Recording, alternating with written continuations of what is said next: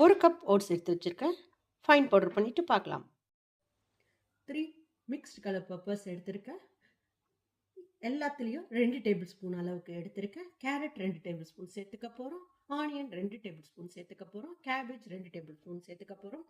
Green's உங்களோட விருப்பம். என்கிட்ட ஸ்பினாச் இருந்தது, நான் 2 டேபிள் ஸ்பூன் ஸ்பினாச் எடுத்துக்கிட்டேன். வெஜ்ஜிஸ் உங்களோட own choice.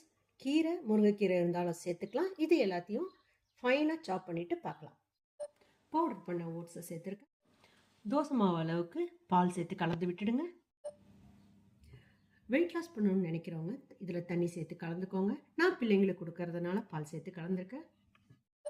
10 minutes resting time கொடுத்துட போகிறோம். 4 முட்டை உடச்சி சேர்த்துருக்கேன். இதில் 1/2 டீஸ்பூன் பெப்பர் பவுடர் சேர்த்துக்க போகிறோம். 1/4 டீஸ்பூன் சால்ட் ஆட் பண்ணிக்கிறேன். கலந்து வச்ச முட்டையை சேர்த்துக்கணும். ஓட்ஸையும் முட்டையும் ஒன்றா கலந்து விட்டுடுங்க. முட்டை சேர்த்து கலந்ததுக்கப்புறம் மிக்ஸ் பெப்பர் சேர்த்துக்கிறேன். கேரட் சேர்த்துக்கிறேன். ஆனியன் சேர்த்துக்கிறேன். கட் பண்ணி வச்ச கீரை சேர்த்துக்கிறேன். இது ஆப்ஷனல். கேபேஜ் சேர்த்துக்கிறேன். கட் பண்ணி வச்ச 1 டேபிள் ஸ்பூன் டொமேட்டோ ஆட் பண்ணிக்கிறேன். அதிகமாக சேர்த்திங்கன்னா இனிப்பாக இருக்கும். 1/8 டீஸ்பூன் சால்ட் ஆட் பண்ணிக்கிறேன். மிக்ஸ் பண்ணிவிட்டு பார்க்கலாம். இது போல் ஸ்ப்ரெட் பண்ணிக்க போகிறோம். 2 சைடும் குக் ஆனதுக்கப்புறம் பார்க்கலாம். ஃப்ளிப் பண்ணி போட்டாச்சு. அந்த சைடு குக் ஆனதுக்கப்புறம் பார்க்கலாம். லஞ்ச் பாக்ஸ் பேக் பண்ணும்போது இது மேலே கொஞ்சம் மொசரோலா சீஸ் ஆட் பண்ணிக்கோங்க. இன்னும் ஹெல்த்தியாக இருக்கும், ஃபில்லிங்காகவும் இருக்கும்.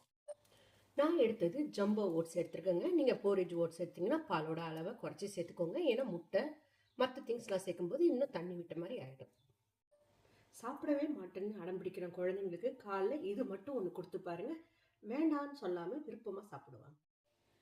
இது போல் நீங்களும் ட்ரை பண்ணி பாருங்கள். இந்த ரெசிபி பிடிச்சிருந்தா மறக்காமல் லைக் பண்ணுங்கள், ஷேர் பண்ணுங்கள். எங்கள் சேனலை சப்ஸ்கிரைப் பண்ணிக்கோங்க.